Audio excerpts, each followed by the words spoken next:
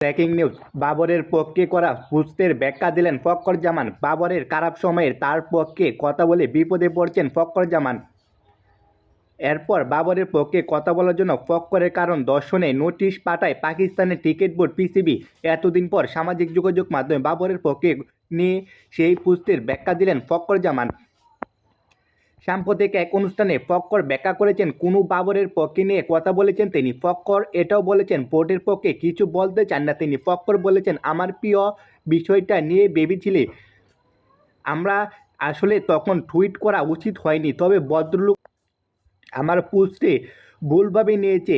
তারা ভেবেছে আমি বোর্ডের সিদ্ধান্ত নিয়ে সমালোচনা করেছি, তবে এটা শতভাগ ভুল। আপনি যদি আমার টুইটের সময়টা দেখেন, দেখবে যে আমি বোর্ডের সিদ্ধান্তের আগে পোস্ট করেছিলাম।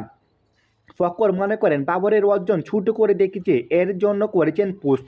সেই অনুষ্ঠানে ফখর বলেন, আমি 2-3 দিন ধরে নিউজ দেখেছিলাম সাংবাদিকরা এবং সাবেক ক্রিকেটাররা বাবরের আলোচনায় সমালোচনা করেছে। মনে করেছিলাম বাবর দলের জন্য কিছু করছে, তবু তার চালাচ্ছিলেন যেন বাবরকে দল থেকে বাদ দেওয়া হয়।